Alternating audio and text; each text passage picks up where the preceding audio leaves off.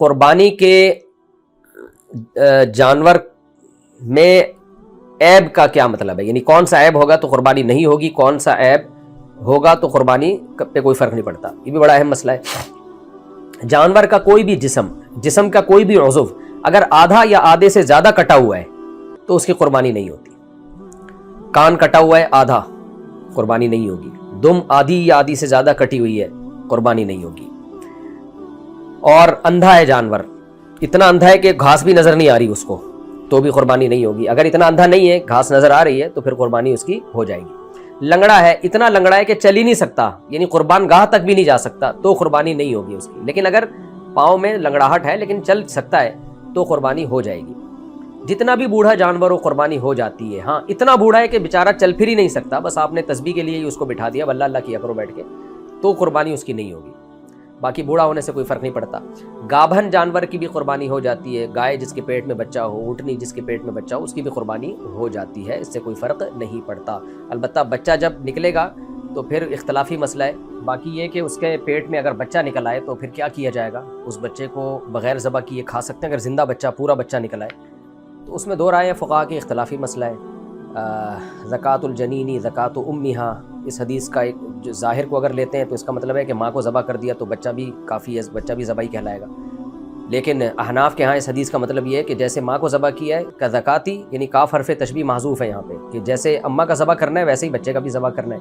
اب احناف نے کیونکہ قرآن میں مردار کھانے پر اللہ نے پابندی لگائی ہے، تو احناف نے حدیث کا وہ مطلب بیان کیا جس سے قرآن اور حدیث آپس میں ایک دوسرے سے میچ کر جائیں، اور احتیاط والے بات پر انہیں عمل کیا ہے کہ بچے کو بھی ذبح کرنا ضروری ہے، آپ بچے کو ذبح کیے بغیر نہیں کھا سکتے. تو اختلافی مسئلہ ہے کہ اگر آپ نے گابن گائے، گابن اونٹنی ذبح کی یا گابن بکری ذبح کی، اس کے پیٹ سے بچہ نکل آیا زندہ، تو آپ اسے ذبح کیے بغیر کھا سکتے ہیں یا نہیں کھا سکتے؟ تو ہمارے نزدیک ذبح کیے بغیر آپ اس کو نہیں کھا سکتے. ہاں ذبح کر لیا تو کھا سکتے ہیں آپ اس کو. تو یہ کچھ مسائل تھے قربانی کے. اور بھی کچھ مسائل ہیں جو بہت زیادہ لوگ پوچھتے ہیں. سینگ ٹوٹا ہوا ہے تو جانور کا سینگ اگر لڑائی کے دوران ٹوٹ گیا ٹکر وغیرہ کے، اور اتنا جڑ سے ایسا اکھڑ گیا کہ اس سے اس کا دماغ ہی ہل گیا ہے، تو پھر تو اس کی قربانی جائز نہیں ہے. نارملی جو سینگ کی گھسائی کی جاتی ہے یہ بڑا تکلیف دہ عمل ہے، نہیں کرنا چاہیے ایسے. لیکن بہرحال اس سے چونکہ جانور کے دماغ کو کوئی نقصان نہیں ہوتا، تو بغیر سینگ والا جانور بھی آپ بلا کراہت ذبح کر سکتے ہیں، اس میں کوئی گناہ نہیں ہے، چاہے وہ اس کا سینگ شروع سے ہی کاٹ کے ختم کر دیا گیا ہو یا بعد میں کاٹا گیا ہو، اس سے کوئی فرق نہیں پڑتا. اچھا، اس میں بھینس کی قربانی شرعاً جائز ہے یا نہیں ہے؟ ہمارے ہاں بچپن سے تو اس میں ہمارے اہل حدیث حضرات بھی یہی کہتے تھے، جو ہم سنتے تھے ان سے، کہ بھینس کی قربانی جائز ہے. ہم ان سے کہتے تھے بھائی اس پہ کوئی حدیث، تو وہ کہتے تھے کوئی حدیث تو نہیں ہے لیکن اجماعی مسئلہ ہے. تو ہر مسئلے پر حدیث کا مطالبہ ٹھیک نہیں ہوتا، کچھ چیزیں اجماع سے ثابت ہوتی ہیں. تو بھینس کی قربانی بھی بلا کراہت جائز ہے، بھینس گائے ہی کے حکم میں. البتہ آج بعض اہل حدیث علماء اس کا انکار کرتے ہیں، وہ کہتے ہیں ہمیں قرآن و حدیث سے بھینس کی قربانی کا کوئی ثبوت نہیں ملتا، لہذا وہ انکار کرتے ہیں اور کہتے ہیں بھینس کی قربانی جائز نہیں ہے. تو ان کی دلیل کا جواب یہ ہے کہ ہر چیز کے لیے قرآن و سنت سے براہ راست ثبوت کا ملنا ضروری نہیں ہے. تبھی بھینس کی قربانی پر ہمیشہ سے اجماع رہا ہے، کسی نے بھی اختلاف نہیں کیا اس میں، اور بھینس کو گائے ہی کے حکم میں سمجھا گیا. اور جب ایک دفعہ کسی مسئلے پر اجماع ہو جاتا ہے نا، تو حدیث میں آتا ہے لا تجتمع امتی علی ضلالہ، میری امت گمراہی پہ کبھی جمع نہیں ہو سکتی.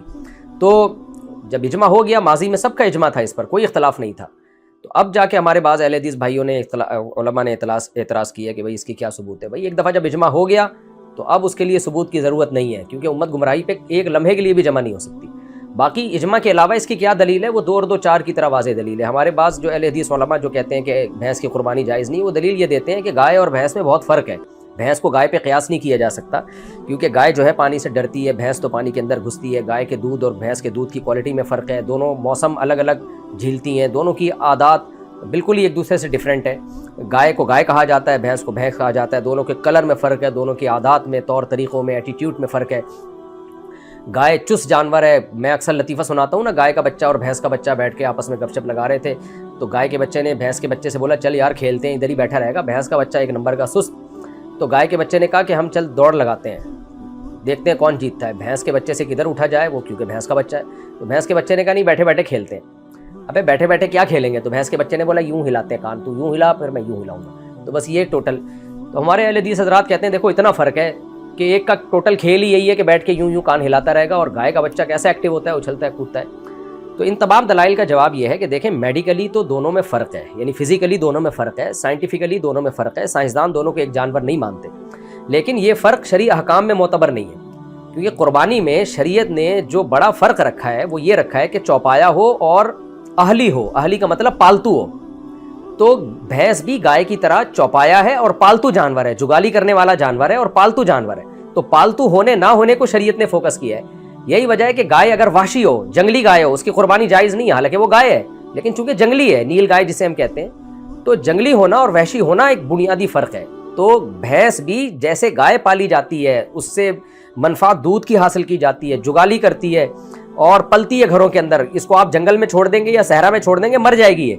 تو یہ ایسے جانوروں میں سے جن کو ہمیشہ سے انسان باندھ کے پالتے رہے ہیں. بکریوں کے ہمیشہ ریوڑ انسان لے کے گھومتے رہے ہیں، جنگل میں چھوڑ دیں گے بھیڑیے کھا جائیں گے اس کو. تو یہ پالتو جانوروں میں سے ہے، یہ وحشی جانور نہیں ہے.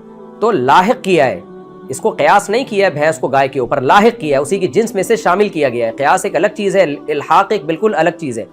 تو بھینس کو اہلی ہونے کی وجہ سے حضرات فقہائے کرام نے گائے میں کے ساتھ لاحق کیا کہ بھائی وہی حکم ہے جو گائے کا ہے. یہ مطلب نہیں ہے کہ دونوں کی جنس جو ہے طبی لحاظ سے اور سائنسی لحاظ سے ایک ہی ہے، اس کا کوئی بھی قائل نہیں ہے، تو مشاہدے کے خلاف ہے. ہاں دونوں کی جنس ایک ہے قربانی کے مسائل کے لحاظ سے، قربانی کے لحاظ سے دونوں کی جنس ایک ہے، کیونکہ وہ بھی اہلی ہے اور یہ بھی اہلی ہے. یہی وجہ ہے کہ بھینسا جو ہے نا، اگر وہ پالتو ہو تو قربانی جائز ہے، اگر وہ جنگلی ہو تو جائز نہیں ہے. اسی سے یوک کا حکم، جو ہمارے جو چترال میں لوگ ہم سے مسئلہ پوچھتے ہیں کہ جنگلی بھینسا کہتے ہیں، انگلش میں شاید یوک کہتے ہیں اس کو، اس کا بھی لوگ چترال سے مسئلہ پوچھتے ہیں کہ اس کی قربانی جائز ہے یا نہیں ہے. تو بھائی اگر یہ پالتو ہے تو جائز ہے، پالتو نہیں ہے تو جائز نہیں ہے. تو پالتو ہونے کو، چوپائے میں پالتو ہونے کو شریعت نے فوکس کیا. پالتو کا مطلب یہ نہیں کہ بلی بھی پالتو ہے تو آپ اسی کو کاٹ دیں. پالتو میں چوپائے جو پالتو ہے، انعام، وہ انعام جو پالتو ہوتے ہیں، گھریلو ہوتے ہیں، تو اس میں گائے سے جو مفاد ہے وہی بھینس سے بھی وہی ہیں، بالکل ایز اٹ از وہی اس سے فائدے ہمیں ہوتے ہیں جو گائے سے ہوتے ہیں، اور یہ بھی پالتو ہے وہ بھی پالتو ہے. تو اس لیے ہمارے نزدیک بھینس کی قربانی بھی بلا کراہت جائز ہے، کوئی حرج نہیں ہے اس میں. اور اچھا یہ مسئلہ اختلافی اب بن گیا ہے، تو اس میں کسی پر طنز کرنا جائز نہیں ہے. لوگ میرے کلپ چلا چلا کے پھر طنز کر رہے ہوتے ہیں، تو اس لیے ہم تو وہ جو ایک دلیل کے لحاظ سے مضبوط بات تھی وہ میں نے آپ کے سامنے رکھ دی ہے کہ کوئی حرج نہیں ہے. بھینس کی قربانی ہو، بھینسے کی قربانی ہو، گائے کی قربانی ہو، تو سب جائز ہے. اچھا ایک مسئلہ اور بھی بہت زیادہ پوچھا جاتا ہے کہ کتنے دن قربانی جائز ہے. دیکھیں یہ بھی صحابہ تابعین کے سے تواتر سے یہ بات ثابت ہے. اس بارے میں بہت ساری روایات ہیں کہ قربانی کے صرف 3 دن. حضرت علی رضی اللہ تعالیٰ عنہ سے مصنف ابن ابی شیبہ میں، مصنف عبدالرزاق میں روایات موجود ہیں. تو اور یہ مسئلہ بھی تقریباً اجماعی ہے کہ چوتھے دن قربانی جائز نہیں ہے. قربانی کے 3 دن ہیں.